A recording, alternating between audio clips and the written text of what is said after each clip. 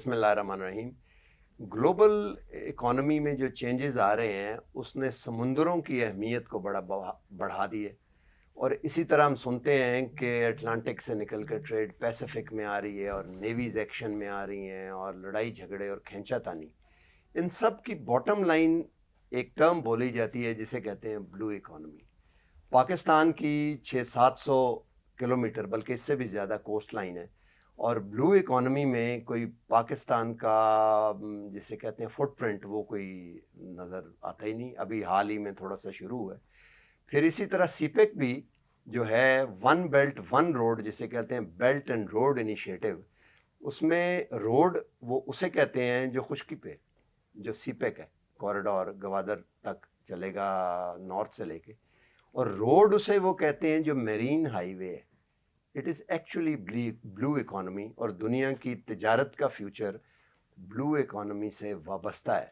ہمارے ساتھ ڈاکٹر عابد قیوم Suleri as usual موجود ہیں. ان سے پوچھتے ہیں ڈاکٹر صاحب اس کا کیا بیسک پریمائس ہے پاکستان کے لحاظ سے؟ دیکھیے، بلو اکانومی جو ہے اس کی ڈیفینیشن وسیع ہوتی جا رہی ہے. پہلے تو صرف یہ تھا کہ بلو اکانومی کا مطلب ہے آپ کی جو سمندر کے راستے فریٹ اور کارگو اور پیسنجر موومنٹ، یا جو فشریز کا ہے، یا جو سمندر پہ جو پورٹس ہیں ان کی ایکٹیویٹیز. اور یہ اس لیے ضروری ہے کہ اب ٹیریسٹوریل اکانومی جو ہے، جو لینڈ اکانومی، اب اس کی سیچوریشن آتی جا رہی ہے. تو جب سیچوریشن آتی جائے گی تو ڈیفینیٹلی آپ کو آلٹرنیٹیو کی طرف دیکھنا ہوگا. اب پاکستان جیسے ممالک کے لیے بلو اکانومی جو ہے اس کی اہمیت اس لیے بھی مزید ہو جاتی ہے کہ ہمارے ہاں یہ بالکل ہی ایک ان ٹچ سبجیکٹ ہے.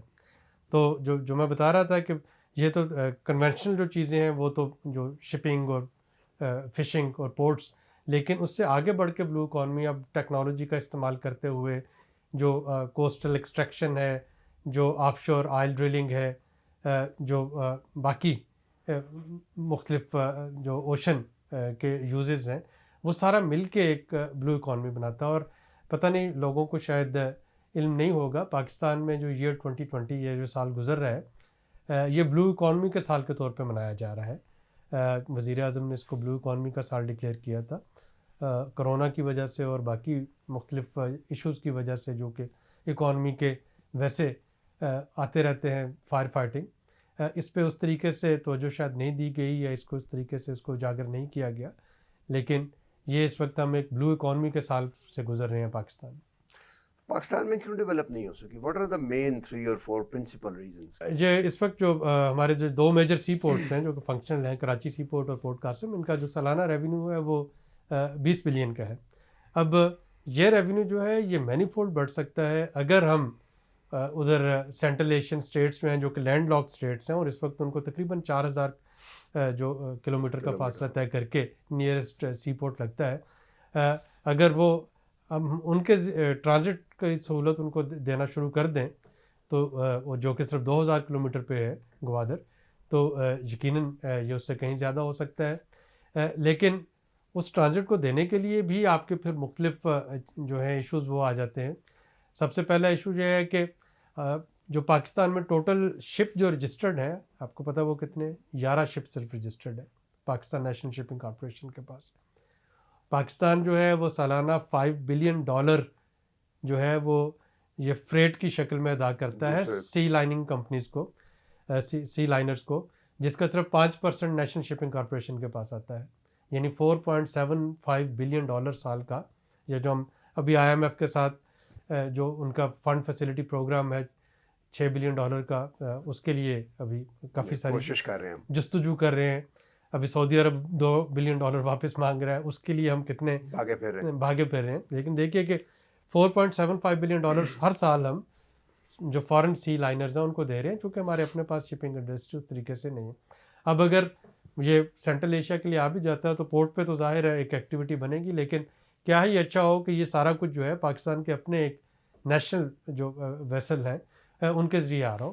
اس پہ ایک اچھا اقدام یہ ہوا ہے کہ منسٹری آف میری ٹائم افیئر نے ایک شپنگ پالیسی دی ہے، بڑی جنرس شپنگ پالیسی ہے. اسٹیٹ بینک نے اس کے لیے فنانسنگ کی بھی بڑی جنرس آفرز کی ہیں، لیکن دیکھنا ہوگا کہ یہ کتنی جلدی آتا ہے. تو یہ تو ایک اسپیکٹ ہے اس کا دوسرا اسپیکٹ جو ہے افغانستان میں جب تک آپ کا امن اور سلامتی نہیں آتی تب تک شاید آپ مشکل لینڈ لاک کنٹریز تک پہنچنا جو ہے وہ مشکل ہے. مشکل ہو. اور اگر یہ آ بھی جاتا ہے سارا کچھ، لیٹ سے کہ ابھی ہو جاتا ہے بائیڈن ایڈمنسٹریشن میں، تو ہماری جو تیسری تیاری ہے وہ یہ ہے کہ ہماری جو ریلوے لائن گیج ہے کیا وہ ان سینٹرل ایشیا اور افغانستان کی لائن گیج سے کمپیٹیبل ہے، کیا ہمارے پاس وہ کسٹم پورٹس اور کسٹم ایگریمنٹس جو ہیں وہ موجود ہیں. تو جب تک یہ چیزیں ساری نہیں ہوں گی، انفراسٹرکچر نہیں ہوگا، جب تک پالیسی نہیں ہوگی، تب تک ہم اس سائڈ پہ نہیں جا سکتے. تو یہ جو دو ہیں یہ میجر باٹل نیک ہیں اس وقت ہمیں لینڈ لاک کنٹریز تک پہنچنے کے لیے. اس میں کوئی پولیٹیکل بھی آپ سمجھتے ہیں کوئی ہچ تھی؟ کیونکہ دیکھیں نا جو مین سی پیک ہے وہ تو یہ پیریفرل کوشچن ہو جاتا ہے تو کوئکلی چھوٹا سا اس کا ہم جواب لیتے ہیں. وہ نارتھ ساؤتھ ہے، تو ایسٹ ویسٹ جو کوریڈور ہے اس کے پیچھے تو ہم سمجھتے ہیں نا کہ ویسٹ ہے، جیسے ٹیپی ہے اس کو امریکنز ورلڈ بینک اور ایشین ڈیولپمنٹ بینک کی ملٹی لیٹرل سپورٹ ہے، اور جو رشین یہاں سے 10 بلین جو ابھی ڈمپ ہوئی پڑی ہے اسے سی پیک اور چائنا، تو یہ پولیٹیکل کنسیڈریشن بھی کیا روکے ہوئے تو نہیں ہے؟ Geopolitical geostrategic consideration تو اپنی جگہ موجود ہے، لیکن پاکستان جو ہے وہ اپنے اکانومی کے لحاظ سے میرا خیال ہے کہ اگر اس کو جو موقع ملے افغانستان کو ذریعے سینٹرل ایشین کنٹریز تک پہنچنے کا تو پاکستان دیر نہیں کرے گا اس میں. دیر نہیں کرے گا، اور پاسبلٹی ہے یہ آپ سمجھتے ہیں؟ اگر یہ امن ہو جاتا اور یہ باقی انفراسٹرکچر بن جاتا. بالکل ٹھیک ہے. یہاں لیتے ہیں ہم چھوٹی سی بریک کے بعد ہم مزید ڈسکشن کریں گے. ہمارے ساتھ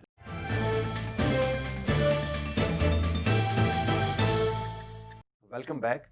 اب ہم آ جاتے ہیں ویسٹ کی طرف، پاکستان کی جو نگلیکٹ بھی ہوا. گوادر پورٹ ہے، پہلے 2002 میں شروع کی، پھر بنائی گئی، پھر ہم نے سنگاپور کو دے دی 9% پہ، پھر ہی ہے، پھر واپس لے لی.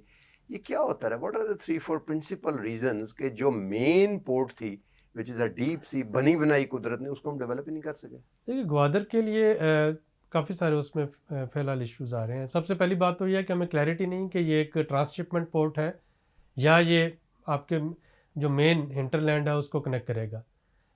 چونکہ وہاں پہ اس وقت کوئی اکانومی ڈیولپ نہیں ہے، کوئی انڈسٹریل بیس نہیں ہے، کنیکٹیوٹی اس طریقے سے نہیں ہے، تو شارٹ ٹرم پیریڈ میں تو وہ بیسٹ ایک ٹرانسشپمنٹ پورٹ ہی ہو سکتا ہے.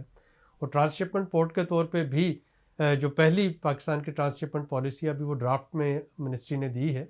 منسٹری کو اپریشیٹ کرنا چاہیے کہ اس سال انہوں نے 3-4 اچھی چیزیں کی، لیکن یہ ٹرانسشپمنٹ پالیسی ابھی ڈرافٹ شکل میں پڑی ہے. ابھی ایف بی آر نے اور منسٹری آف کامرس نے اجازت دینی ہے کہ وہاں پہ جو کنٹینرز ہیں کیا ان سے مال دوسرے کنٹینر میں بھرا جا سکتا ہے یا نہیں بھرا جا سکتا، جو ڈی اسٹفنگ اور کراس اسٹفنگ جس کو کہتے ہیں، وہ چیزیں ابھی ہمارے پاس نہیں ہیں.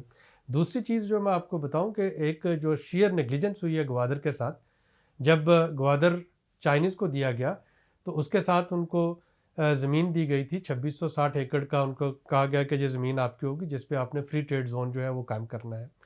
اب وہ فری ٹریڈ زون قائم کرنے کے لیے 2 آبلیگیشن حکومت پاکستان پہ تھیں. پہلی آبلیگیشن جو تھی وہ تو تھی ایک ایسٹ بے ایکسپریس ہے بنانے کی کہ پورٹ کو اور فری ٹریڈ زون کو ڈائریکٹلی کنیکٹ کیا جائے گا مکران کوسٹل ہائی وے سے اور نیو گوادر ایئرپورٹ کے ساتھ. وہ جو ایکسپریس بے ہے وہ ابھی بننی شروع ہوئی ہے اس سال 7 سال کے تاخیر کے بعد. اچھا. دوسرا اس میں جو تھا وہ یہ تھا کہ جی وہاں پہ فری ٹریڈ زون میں کسٹمز اور سیلز ٹیکس اور باقی چیزوں سے ایگزمپشن دی جائے گی جیسا کہ عام فری ٹریڈ زون میں ہوتا ہے. یہ پہلی دفعہ بجٹ 2020 جو آیا ہے اس میں اس فنانس بل میں یہ اپروو ہوا ہے. یعنی اگر آپ اس 7 سال کو ضائع کر دیا ہم نے تو ظاہر ہے چائنیز پہ تو ہم بلیم نہیں کر سکتے کہ انہوں نے وہ فری ٹریڈ زون نہیں بنایا. تو اب یہ چیزیں ہوں گی، ایکسپریس بے بنے گی. تو پھر ایکسپریس بے کی کتنی دیر آپ کے خیال میں کتنا 27-28 کلومیٹر؟ ایکسپریس بے تو چھوٹا ٹکڑا ہے، لیکن جب زیادہ زیادہ 30 یا 40 کلومیٹر کا ہوگا اس میں جو اصل ایشو آ رہا تھا وہ ان کو رائٹ آف وے دینا تھا، تو وہ اب ہو گیا، اس پہ کام شروع ہے. لیکن اس سے بھی بڑا جو ایک ایشو آئے گا وہ یہ ہے کہ گوادر شہر کو اس وقت ایران سے امپورٹڈ الیکٹریسٹی کے ذریعے پاور کیا جاتا ہے. وہاں پہ چائنیز جو ہیں وہ 660 میگا واٹ کے 2 پاور پلانٹ لگائیں گے، 330 میگا واٹ ایچ. ابھی تک اس کا ٹیرف جو ہے وہ نیپرا نے اپروو نہیں کیا. تھرمل ہے جی، نیپرا نے ابھی تک ان کا ٹیرف اپروو نہیں کیا. میری دانش میں اس لیے اپروو نہیں کیا کہ نیپرا کا یہ خیال ہے اگر ٹیرف اپروو ہو گیا 2 سال میں وہاں پہ پلانٹ لگ جائے گا، چونکہ وہاں پہ انڈسٹری تو ہے کوئی نہیں ہے، تو کیپیسٹی پیمنٹ چارجز پڑنا ہو جائیں گے. ویشیس سائیکل یہ ہے کہ جب تک وہاں پہ اپنی بجلی نہیں آئے گی تب تک وہاں پہ انڈسٹری نہیں لگے گی. یعنی پہلے تو ہم نے پالیسی میں ہمارے جو پالیسی میں بیوروکریٹک ڈیلے تھا, آئی ووڈ ناٹ سے کہ اس میں کوئی پولیٹیکل ایشو تھا, ایک رائٹ آف وے دینا اور اس کو بجٹ میں پاس کروانا کہ جی ایف ٹی زی جو ہے گوادر کا اس کو یہ جو ایگزمپشنز ہوں گی, اس میں کتنی دیر لگتی تھی. تو اس کو ہم نے 7 سال ضائع کیا, 7 سال فری ٹریڈ زون بننے میں ضائع ہو گئے, اور اب اسی طرح سے پاور کا ایشو آئے گا. تو یہ گوادر جو ہے, ایک تو یہ ہے کہ شاید یہ مین پورٹ کے طور پہ ابھی شارٹ ٹرم پہ آپ کو نہیں چلتا نظر آئے گا, ٹرانس شپمنٹ کے طور پہ ہی چل سکے گا. ٹرانس شپمنٹ میں بھی ابھی وہاں پہ فری ٹریڈ زون پورٹ کو کامیاب بناتے ہیں. اگر فری ٹریڈ زون چل رہا ہے تو پورٹ بھی چل رہا ہے, ورنہ پورٹ جو ہے وہ ناکام ہو جاتا ہے. اس میں تیسرا جو ایشو ہے وہ آپ کو وہاں پہ ایک ونڈ بریکر جو ہے وہ بنانا ہوتا ہے, جو کہ اینکر کو سیف رکھتا ہے پانی کے تیز مد و جزر سے. اب وہ جو ونڈ بریک وال جو بنے گی اس کی کاسٹ تقریباً $2.8 بلین کے قریب ہے. وہاں پہ ڈریجنگ ہونے کی اس وقت ضرورت ہے. وہ جو ڈریجنگ ہے یعنی اس کی سطح کو صاف کرنا, اس کے لیے اگین آپ کو جو ہے ایک خطیر رقم جو ہے وہ چاہیے. ابھی تک یہ فیصلہ نہیں ہو پا رہا کہ یہ حکومت پاکستان خود کرے گی یا یہ چائنیز آپریٹر کریں گے, یا اس کے لیے کوئی جوائنٹ وینچر بنے گا یا کسی تھرڈ پارٹی کو کہا جائے گا. تو ہم نے وہ ونڈ بریک بنانی ہے اگر ہمیں اس پورٹ کو کامیاب کرنا ہے, ہم نے ڈریجنگ کرنی ہے, لیکن یہ نہیں پتا کہ اس کے پیسے کہاں سے آئیں گے. تیسری چیز جو ہے وہ آلدو کہ اس کی فریکوینسی کم ہے, لیکن وہاں پہ صدرن بلوچستان میں ایک ملیٹنسی اور انسرجنسی ابھی بھی ہوتی ہے. وہ انسرجنسی اس لیے ہوتی ہے کہ ان کا خیال ہے لوگوں کا کہ ان کو پارٹیسپیٹری ڈیولپمنٹ کا موقع نہیں دیا جا رہا, ان کے ساتھ ایک ڈائلاگ کرنے کی ضرورت ہے. اب ڈائلاگ جو ہے اس ٹرائبل سیٹ اپ میں ریپرزینٹیٹیو کون ہوگا جس کے ساتھ ڈائلاگ کیا جائے. تو یہ کمپلیکیٹڈ سچویشن ہے اس وقت گوادر کی جو بنی ہوئی ہے, آلدو کہ ہم اس کو رائٹلی کہتے ہیں کہ یہ گیم چینجر بنے گا, لیکن اس گیم چینجر بننے کے لیے یہ سٹیپس ابھی کافی سارے پری ریکویزٹس ہیں جو کہ پورے کرنے ہیں. اچھا, آخری وقت کیونکہ کم ہے, بڑا انٹرسٹنگ ٹاپک ہے, آخری بتائیں کہ پاکستان میں تو سی لینز ہیں. اب آپ دیکھیں نا دنیا بھر میں, ڈنمارک میں اور یورپ میں انہوں نے پل اس طرح بنائے ہوتے ہیں کہ فیریز جو ہیں وہ نیچے سے لوگ پریفر کرتے ہیں. یہاں پہ ایک پروجیکٹ نیوی نے بنایا تھا سندھ کا اوپر اسکندر آباد اور میاں والی سے اوپر, وہ بھی نہیں شروع کیا جو ہے. نہیں, 1990s تک حاجی کیسے جاتے تھے حج کرنے پاکستان سے؟ ہاں, بحری جہازوں پہ جاتے تھے. اگر ہم اپنی ڈومیسٹک کروز شروع کر سکیں, پوری دنیا میں کروز شپس ہوتی ہیں نا, ڈومیسٹک فیریز شروع کر سکیں جو کہ لوگوں کو کراچی سے گوادر تک لے کے جائیں, جو پرسٹین کوسٹل بیلٹ ہے 1000 کلومیٹر کی, اس کو وہ دیکھیں, وہاں سے کارگو جائے.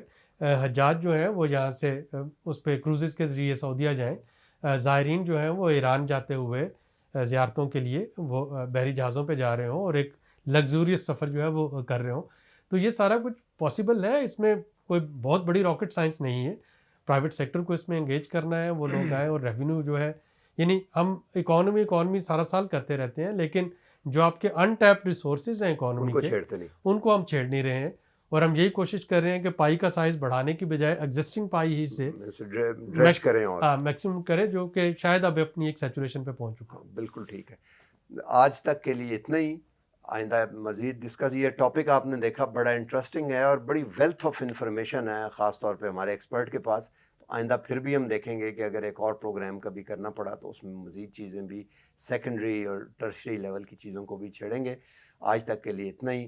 دیکھتے رہیے پاتھ فیز, کیونکہ یہ پروگرام ہم نے فوکس کر کے کیا ہے نیوز اس قسم کی سے ہٹ کے ان لوگوں کے لیے جو سمجھنا بھی چاہتے ہیں اور جن کو نیوز بھی چاہیے.